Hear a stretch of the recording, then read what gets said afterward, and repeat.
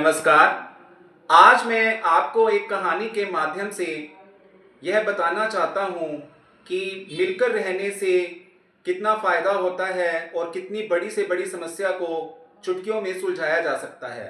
एकता में कितनी शक्ति है, आज आपको इस कहानी से पता चलेगा। कहानी कुछ इस तरह से है।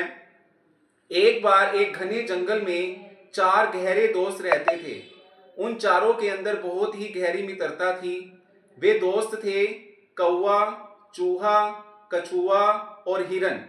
चारों में बहुत ही गहरी दोस्ती थी। चारों एक दूसरे की सहायता करते थे, मिलजुल कर रहते थे।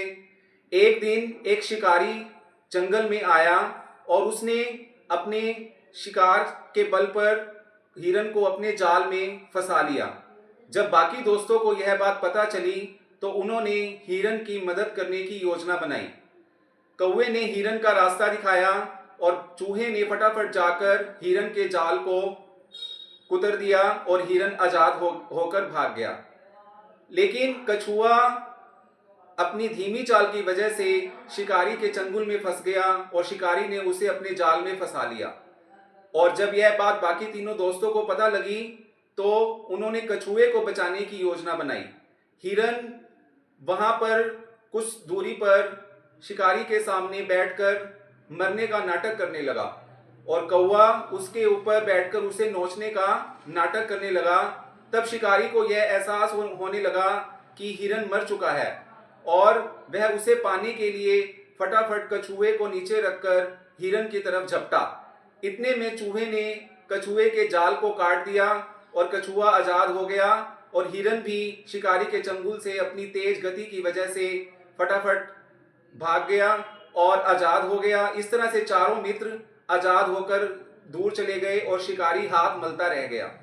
यह कहानी हमें यह सिखाती है कि उन चारों की मित्रता से कैसे उन्होंने अपने संकट की घड़ी को कुछ ही चुटकियों में दूर कर लिया। अगर उन चारों में ये सद्भाव ना होता तो इस मुसीबत से निकलना कितना मुश्किल था। तो हमें भी अपने जीवन में एक दूसरे के साथ मिलकर रहना चाहिए, एक दूसरे की मिलकर मदद करनी चाहिए और एक दूसरे के प्रति सद्भाव की भावना रखनी चाहिए कि अगर कोई भी हमारे चारों तरफ या हमारे दोस्तों में कोई मुसीबत में हमें दिखता है तो हमारे अंदर उसकी सहायता करने की भावना होनी चाहिए।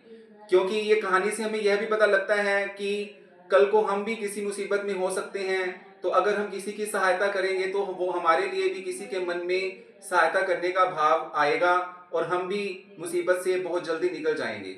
इसलिए एकता में कितनी शक्ति है यह कहानी के माध्यम से हमें पता लगता है और हमें इसे अपने जीवन में जरूर अपनाना चाहिए। आशा है यह कहानी आपको पसंद आई होगी और आप इसे अपने जीवन में अमल में लाएंगे। और अगर आपको ये कहानी अच्छी लगी और मेरा ये भाव आपको अच्छा लगा तो मेरे चैनल RMMT को सब्सक्राइब करें। धन्यवाद।